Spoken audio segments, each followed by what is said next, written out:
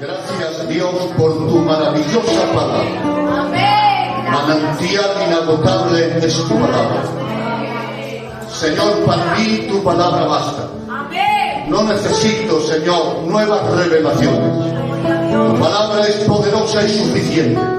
Cuando quiero escuchar tu voz, abro la Biblia y allí oigo tu voz. Señor, te ruego que tú envíes tu palabra una vez más a mis hermanos. Yo no sé en qué situación podrán estar pasando, ya sea espiritual, emocional o circunstancialmente, Señor. Pero hoy, Señor, tú a todos nos enseñes a vivir. Que nos den la capacidad, Señor, más sabia y más inteligente para gestionar la situación que podamos estar viviendo, para que la situación no nos condicione en nuestra vida espiritual y en nuestra vida terrenal, Señor. Nos ponemos en tus manos, en el nombre de Jesús. Comiencen a ver a la palabra. No se dan cuenta que está la gloria de Dios en este lugar. Tomen asiento, hermanos míos. Pablo nos cuenta su experiencia y él revela que había un aguijón en su carne, y pone un ejemplo, que la bofeteaba. Ignoramos, y todo lo que se diga sería especulación, de qué naturaleza era ese aguijón, esa circunstancia o situación difícil que estaba viviendo nuestro hermano Pablo. Algunos dicen una enfermedad, yo pienso que no, yo pienso que era, si es un mensajero, que había algo que le hacía daño cuando se envanecía, que le recordaba algo y le hacía que se humillara. No lo sabemos, pero sí dice que es un aguijón. En otra versión dice una espina en la carne. Estaba diciendo, la situación que estoy viviendo me está causando dolor. La situación que estoy viviendo me está haciendo sufrir emocionalmente. Amén. Ahora, atención a esto. El apóstol Pablo, a las primeras de cambio, no aceptó aquella espina como que fuera la perfecta voluntad de Dios para él. Él no dijo, bueno, que sea lo que Dios quiera. No. Porque a veces, hermanos, en la frase, cuando decimos en una situación difícil, de pobreza, de enfermedad, de necesidad o de cualquier otra circunstancia, solemos decir, bueno, que sea lo que Dios quiera. Y a veces no es fe ni rendición, solamente es falta de fe, es falta de gallardía para luchar, para cambiar la situación, es cobardía, es porque no tienes confianza ni en Dios ni en ti para cambiar la circunstancia, y en vez de luchar dice que sea lo que Dios quiera. ¿Me entienden? No tienes por qué aceptar esa situación que te hace sufrir sin antes haber orado a Dios. Porque quizás lo que estás sufriendo ni es un trato de Dios ni es la voluntad de Dios. No toda enfermedad es un trato de Dios. No toda tristeza es trato del Espíritu. No toda pobreza es la voluntad de Dios. Hay circunstancias que se pueden cambiar usando o bien los recursos humanos que Dios nos ha capacitado para cambiar circunstancias, son facultades humanas, o bien tenemos el recurso de la ciencia, que la ciencia también trae soluciones. Porque lo que no curaba Pablo por la fe, lo curaba Lucas con la medicina, y dice la Biblia, el médico amado. Porque la ciencia es un recurso de Dios. Por lo tanto, no podemos rendirnos a la primera de cambio. Lo que me está pasando es un trato de Dios, es la voluntad de Dios, que sea lo que Dios quiera. No. Piensa bien, que igual tu problema tiene solución.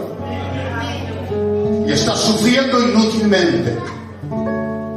Así que Pablo, lo primero que hizo, tengo estas circunstancias, voy a orar.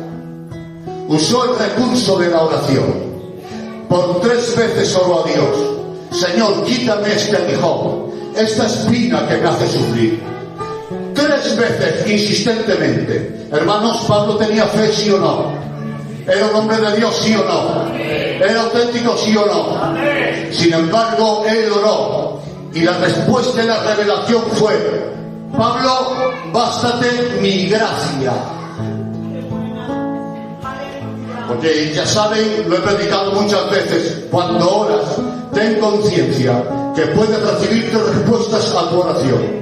Y las tres son soberanas y las tres son las que necesitas. Sea una u otra. Puede ser un sí, puede ser un no o puede ser un espera. Abraham, ¿tienes un hijo? Espera. Gloria a Dios. Ana, ¿tienes un hijo? Sí, toma, te lo doy. David, ¿tienes un hijo? Ora porque está enfermo, me lo llevo. Porque Dios es soberano. Y Dios puede responder con un sí, con una espera o con un no. Pero atención, dice la Biblia: aclámame en el día de tu angustia. Esa es tu labor. Aclámame en el día de tu angustia. ¿Y qué dice? Y yo te responderé. Pero no dice que te responderé con un sí, con un no, con una espera. Dice: yo te responderé. Pero no dice cómo. Eso es cosa de mi soberanía. Yo soy Dios y yo sé lo que tú necesitas. Yo te responderé, pero no te la exigencia, y después tú me honrarás. Y es fácil honrar a Dios cuando Dios te dice sí, y es fácil honrar a Dios cuando te dice espera. Pero cuando Dios te dice no a tu oración, se necesita carácter de Dios para decir: Jehová Dios, Jehová quitó, sea su nombre bendito. Hay esta palabra que te voy a decir. La Biblia dice: la oración del justo puede mucho. Dice: puede todo. Señores, la oración no lo puede todo. No lo puede todo. Que nadie piense que por orar Dios está obligado a contestarle con un sí. Tu clamor es bueno. Y cuando alguien te ora a Dios, dice la Biblia que Dios le oye y que coge las oraciones y las guardas en vasos de oro, que es el incienso que él recibe como una sublime adoración. Claro que sí, gloria al Señor. Pero a veces Dios dice un no, porque la oración no lo puede todo. El que lo puede todo es Dios. No sé si me estás entendiendo. Eso de que se dice que la oración es fuente de poder no es verdad. La oración no es fuente de poder. Hay gente que se cree que cuanto más horas ores, entonces sí y será respondido. No, por encima de tu oración humilde y buena, gloria al Señor, está la soberanía de Dios, que Dios sabe mejor que nadie lo que necesita. Amén. La fuente de poder no es la oración, es Dios. La oración es el camino para ir a la fuente. Esto lo digo para derribar todo envanecimiento de religiosidad. Dios es soberano. Y la Biblia y en la oración hay cláusulas, y una de ellas: sabemos que todo lo que pidamos al Padre, Él nos lo concede si está en su voluntad. Ahí está la cláusula: si está en su voluntad, porque Dios es el soberano de mis oraciones, no el esclavo de mis caprichos.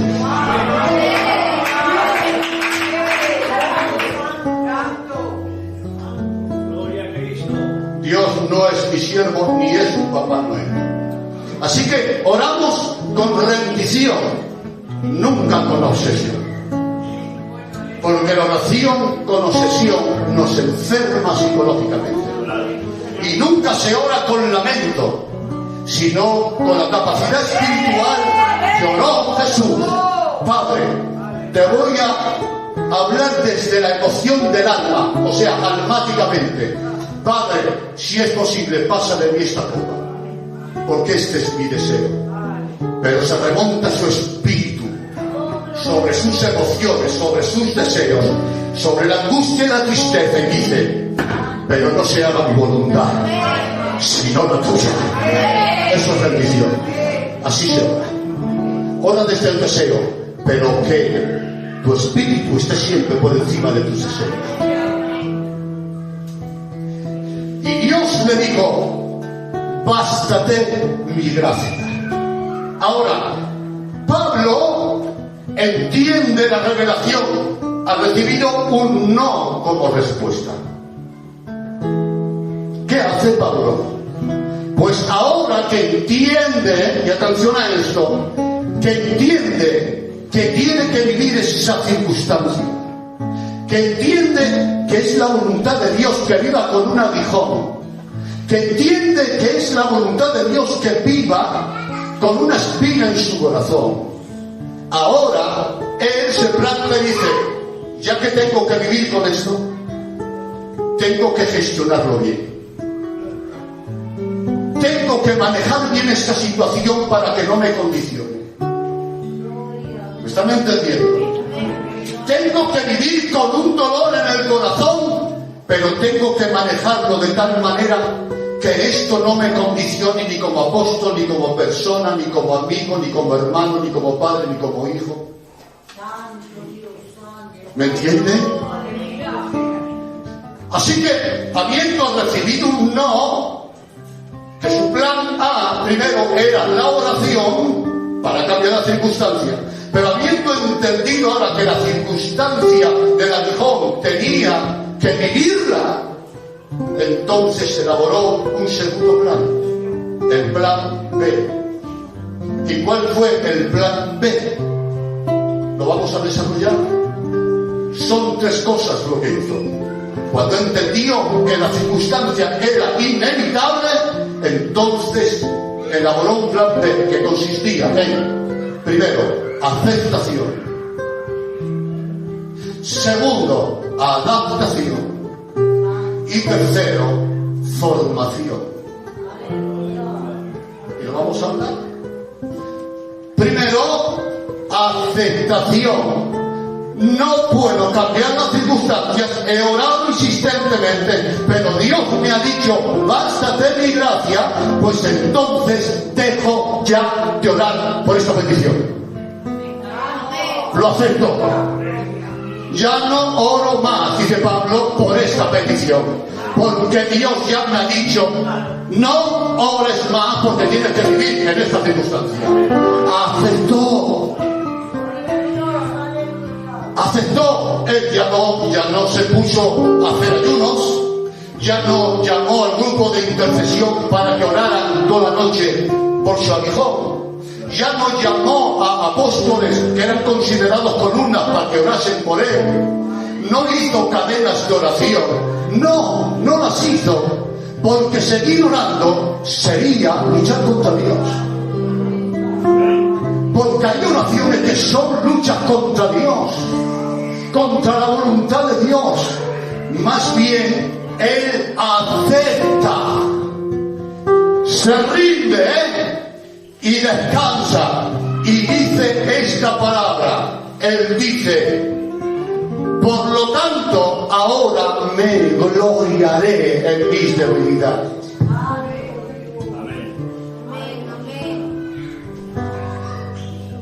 Señor, quita este hijo. No me lo quitas. Pues ahora cambio de actitud. Cambio la actitud. Ahora te adoro.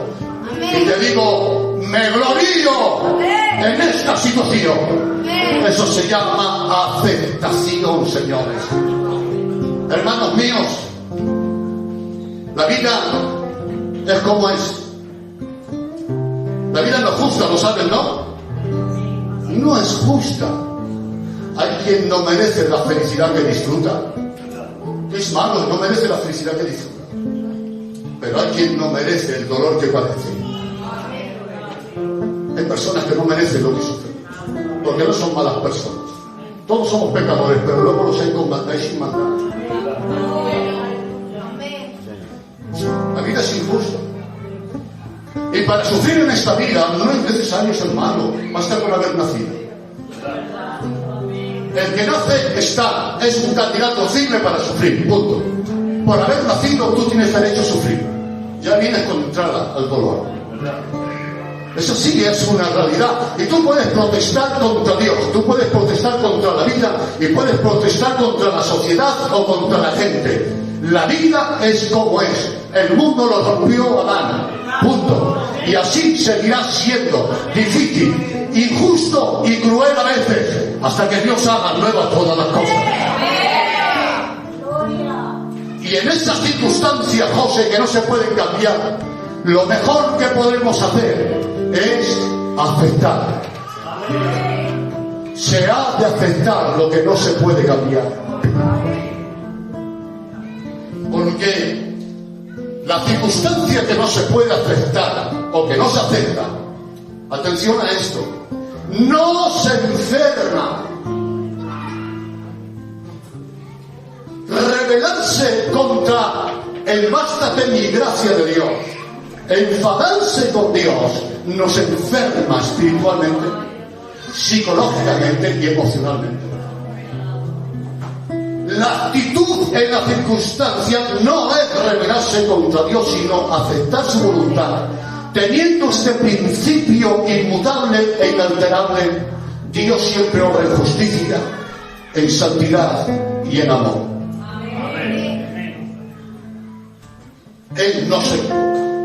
Por tanto, yo te voy a decir algo importante. ¿Quién se rebeló contra Dios y le fue bien? A nadie. Eso lo dice la Biblia. ¿Quién se rebeló contra Dios y le fue bien? A nadie. Los que se rinden a Dios, a eso les van mejor las cosas. Ahora escuchen. Cuando nos negamos en asumir la voluntad de Dios, las consecuencias son nefastas, enfermizas. Te voy a decir 5 cosas, las menciono. Primero, no aceptar el bástate mi gracia de Dios es una forma de vivir en autoengaño. Segundo, cuando no aceptamos el bástate mi gracia de Dios, aumentamos y prolongamos el dolor inútilmente. Tercero, cuando no aceptamos el bástate mi gracia de Dios, perdemos nuestro precioso tiempo y nuestra energía inútilmente a luchar contra aquello que no se puede cambiar. Malgastamos la vida. Cuarto, si no aceptamos el bástate mi gracia de Dios, nos perderemos las cosas buenas que nos da Dios y la vida. Porque en el jardín de la vida no solamente hay espinas y hojas caídas, también hay flores, aromas, flores. La vida tiene su lado malo y su lado bueno.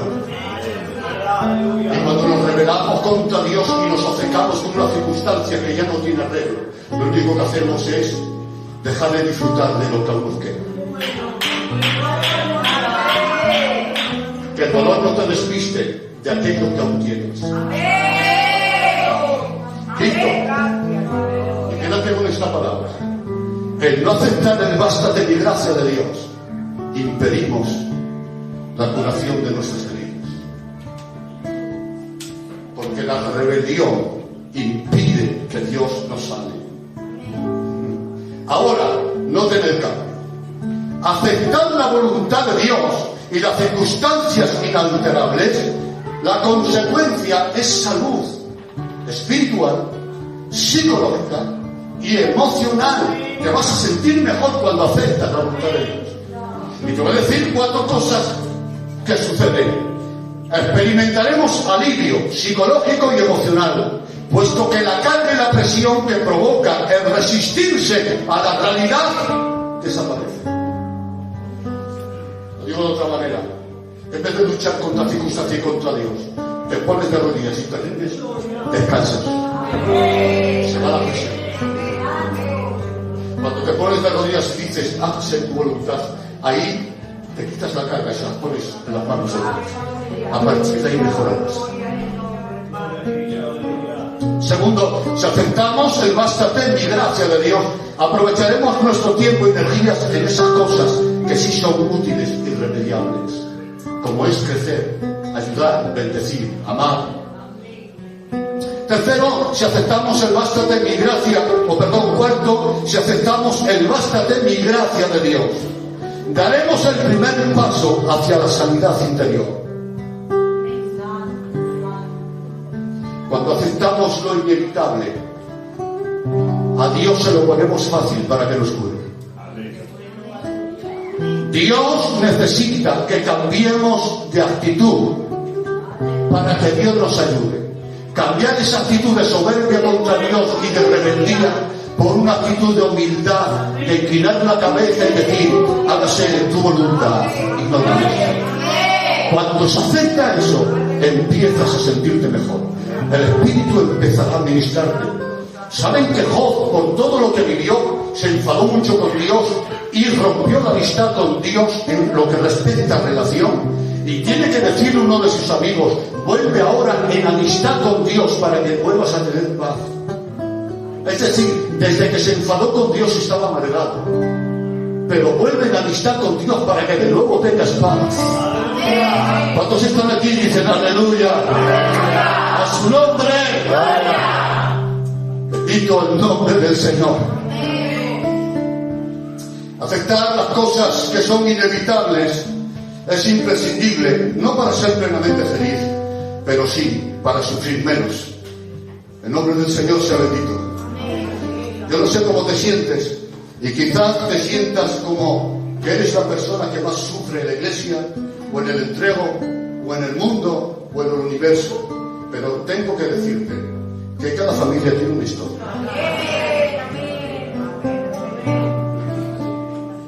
Y aunque no sea tan bonito, en todas las casas se cuecen infames, y en la mía calderáis.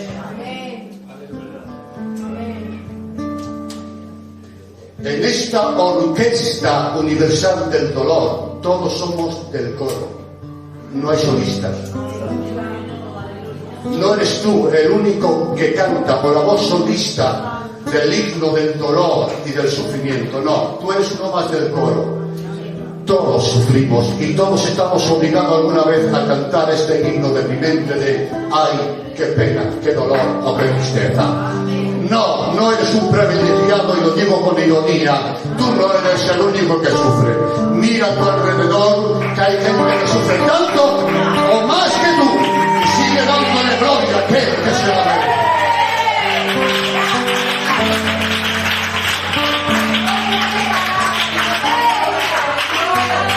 Ahora, lo primero, aceptación. La segunda, adaptación. Ahí está el segundo paso.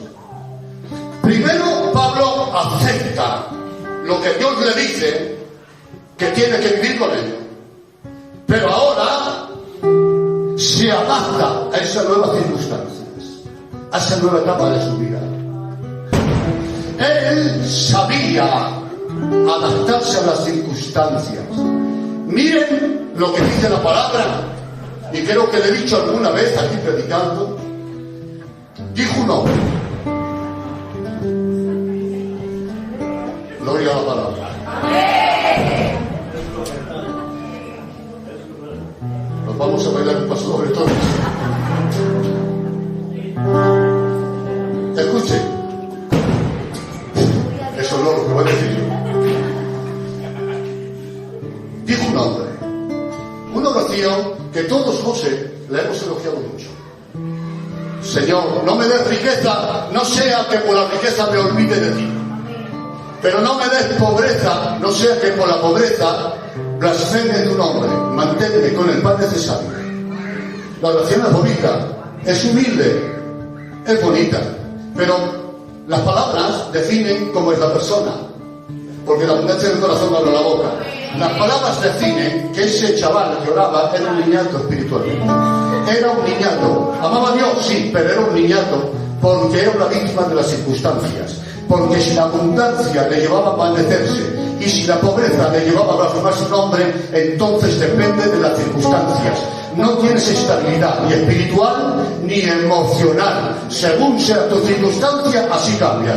Lo que le estás pidiendo a Dios, Señor, no altere las circunstancias, porque si no altera las circunstancias, estaré aquí en el cultivo orando. Pero si altera las circunstancias, o me voy para un lado o me voy para otro.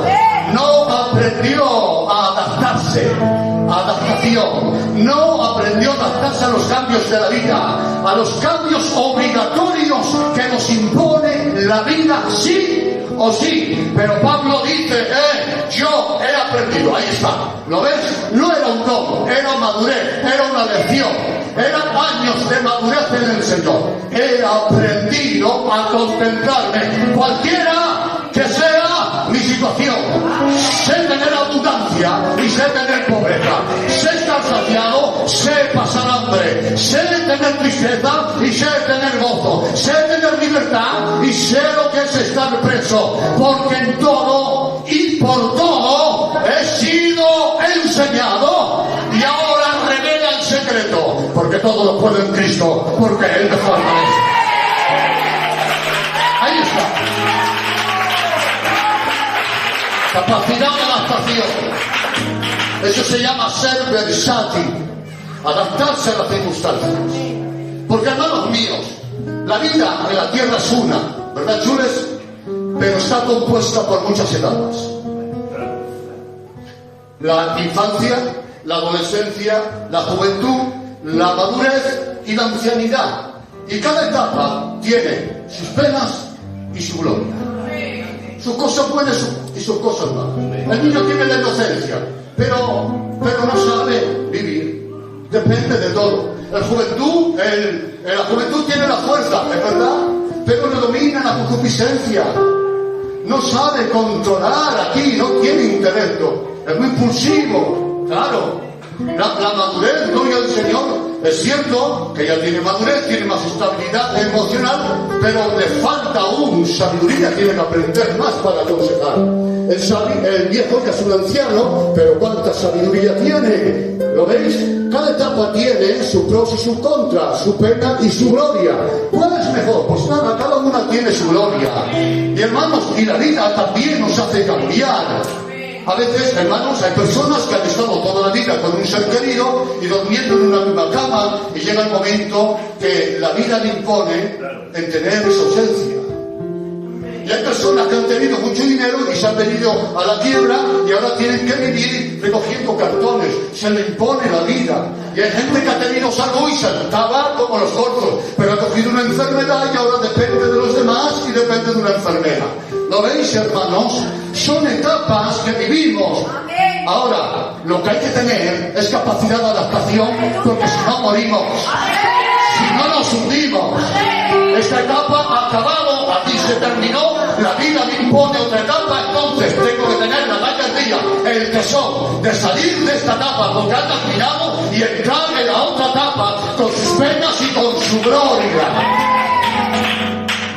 Capacidad de adaptación. La gloria es para Dios. Cuando se están aquí dicen aleluya. El nombre del Señor sea glorificado. Y esto es lo que hizo Pablo, magistrado. Dice el apóstol Pablo, gloria al Señor, que él aprendió a contentarse en cualquiera que sea su situación. Hermanos, esto es muy profundo. Porque si hubiera dicho, he aprendido a resignarme, que ya está bien. Pero es que dice, he aprendido a contentarme. Y me gozo en la tribulación. Y me gozo en la angustia. Y me gozo en mis debilidades. Esto es muy profundo. Yo no he llegado a eso. No es fácil aceptar lo que te duele, ni es fácil adaptarse a esa circunstancia difícil. Es cierto. Sin embargo, el apóstol Pablo lo aprendió. Y aunque es verdad, hermanos míos, que se mostraba con una cara alegre cuando predicaba y con un mensaje de fe y nadie se daba cuenta, pero luego en la soledad él derramaba su alma y lloraba, pero allí Dios le fortalecía, allí Dios trataba con él. Oh, gloria a Dios, porque te voy a decir una verdad importante: cuando Dios necesita usarte, no le importa cómo te sientes.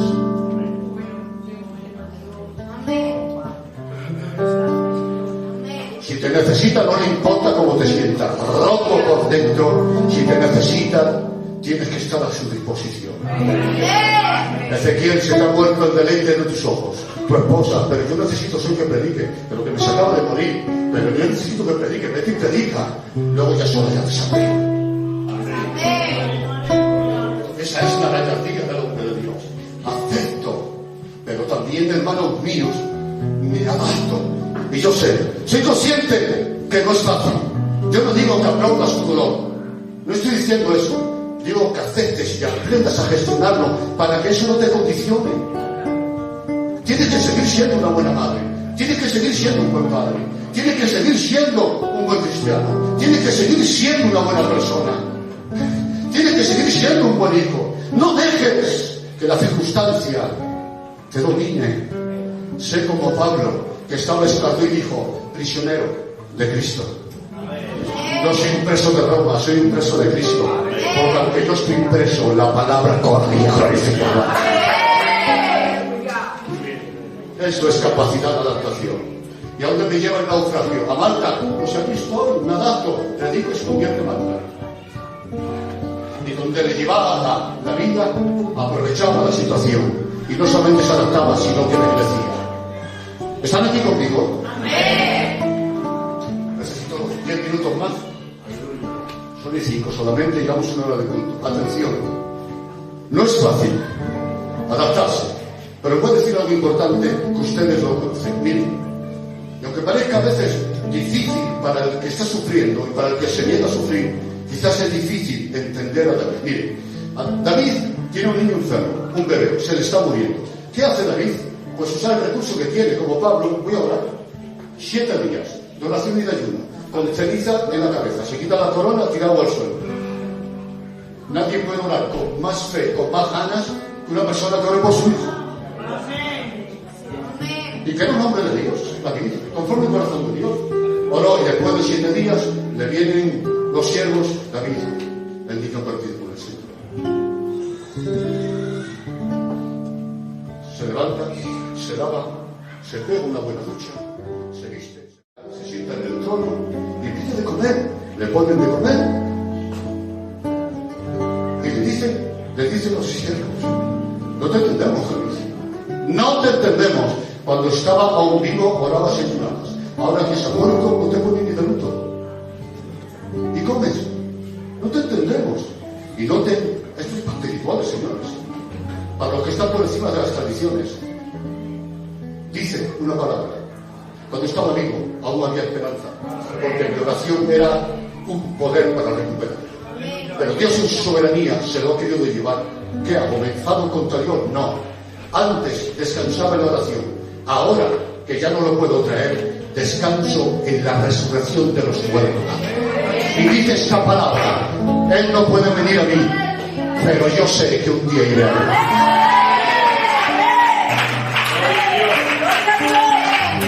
Te lo defino con una frase. La lección que estaba dando David a los hombres era esta: la vida debe continuar. Esa era la lección, básicamente. ¿No, verdad? Básicamente, cuando había opciones, busqué las opciones. Cuando me he quedado sin opciones, la vida debe continuar.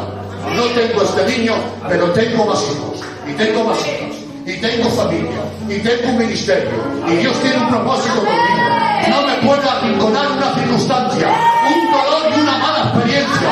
Me hago con el dolor, con la espina, pero me hago y sigo. Me aseo y sigo, porque la vida sigue. Con un dolor dentro, pero sigue. Cuando la Biblia dice que hay que aprender a olvidar, no significa arrancar de la memoria lo que te pasó, significa superar lo que te pasó. Eso es olvidar. Superar, que eso no te condicione.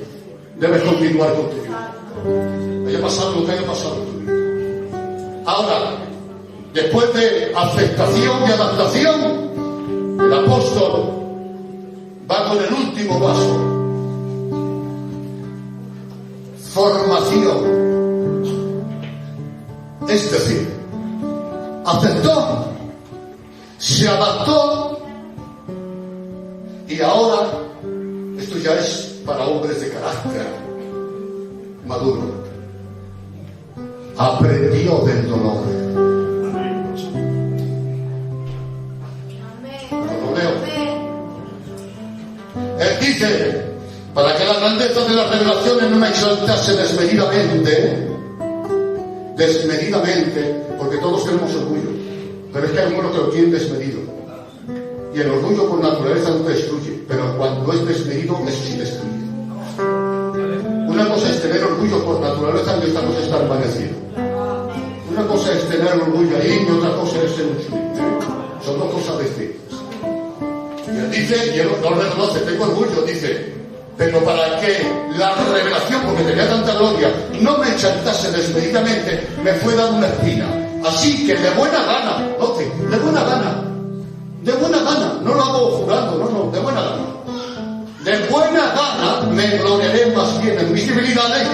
con un propósito, para que repose sobre mí el poder de Cristo. Por lo cual, por amor a Cristo, me gozo en las debilidades, afrentas, en necesidades, persecuciones y angustias, porque cuando soy débil, entonces soy fuerte. Lo que está diciendo Iglesia de Corinto, el dolor, el aguijón, la espina, no me está dañando espiritualmente, no me está condicionando, no me está hundiendo, al contrario, esa espina la canalizo para aprender cosas que la Biblia no me enseña, para aprender cosas que los consejos de los sabios no me enseñan. Uso el dolor para aprender la humildad. Este aguijón no me está destruyendo, no. Satanás quería destruirme, abofeteándome con este aguijón, pero lo único que consigue el diablo es darme madurez y que la virtud de la humildad crezca en mi corazón, de tal manera que cuanto más me duele, más humilde, cuanto más humilde, más gracia, más poder, más gloria. Oh, bendigo el nombre del Señor. Ese es el trato de Dios. El trato de Dios no destruye a nadie, destruye al hombre el pecado, pero el trato de Dios no destruye a nadie, lo mejora. Así que a mí no me preocupa lo que Dios hace, me preocupa lo que hago yo. Lo que Dios hace, no. Gloria al Señor. Ahora, esto es muy complicado, pero esto es la virtud de los hombres grandes, que es que aprenden del dolor. Una frase que digo mucho es esta: leyendo se entiende la Biblia, pero sufriendo se entiende a la gente. Por eso hay muchos predicadores que cuando son jóvenes, y cuando nosotros éramos jóvenes, predicábamos lo que habíamos leído y memorizado. Pero una cosa es memorizar y otra cosa es entender. El loro memoriza, pero no entiende lo que dice. Memoriza la palabra caído y la dice, pero no entiende lo que dice. Leyendo se puede memorizar, pero entender es una facultad no de la memoria, sino del intelecto. Del intelecto. Hay gente que ha memorizado Biblia, pero tiene tinieblas en el intelecto. Está en tinieblas, te recita la Biblia, pero no tiene luz del Espíritu y de la palabra. Y hay cosas que para entenderlas tienes que pasar por ellas. Por eso aquel que siempre ha sido feliz se ríe de los que sufren, pero aquel que ha sufrido tiene compasión y misericordia y les tiende la mano y sabe escuchar. Y el predicador que no ha sufrido, que solamente ha leído, solamente es un loro que repite y dice cosas bonitas, pero el que ha sufrido mira cómo se siente la gente y se comunica con ella. Esa es la diferencia. Por eso yo prefiero un consejo de un anciano que ha sufrido que una teología profunda. Porque memorizar es fácil, entender es difícil. Hay lecciones que no te enseña la Escritura, te la enseña la vida. Las traiciones, los golpes, el dolor, la incompresión, ¿no es cierto? Y ahora, para terminar, quiero decirles algo importante para darle gloria a Dios. No es que Dios se gozara con el sufrimiento de Pablo. No se gozaba. Dios no se goza con el dolor de nadie. No. Pero es que Dios prefería verle sufriendo que padecido. Prefería verle llorando que presumiendo. Porque te voy a decir algo. Tu dolor no impide que Dios te bendiga y te use. Pero el orgullo sí. Y aunque no es la metodología que a Dios más le gusta usar para perfeccionarnos, el dolor, pero cuando falla la palabra con nuestra rebeldía y falla el espíritu con nuestro orgullo, es cuando Dios, como un buen padre, con dolor mete la mano en la llaga y nos hace sufrir para que aprendamos lo que no quisiste entender con la palabra. Porque si Dios no nos educa, dice la Biblia que seremos hijos bastardos. Y Dios no quiere hijos bastardos, quiere hijos que se parezcan a Él, que tengan su naturaleza. A su nombre, gloria. Y a esa bendita gloria. Amén. Así solamente que decir: Señor, ayúdanos a cambiar las cosas que sí podemos cambiar, a aceptar las que no podemos cambiar y darnos sabiduría para diferenciar entre unas y otras. Por cierto, el plan B de Pablo siempre fue el plan A de Dios. Cierra los ojos. Oramos al Señor.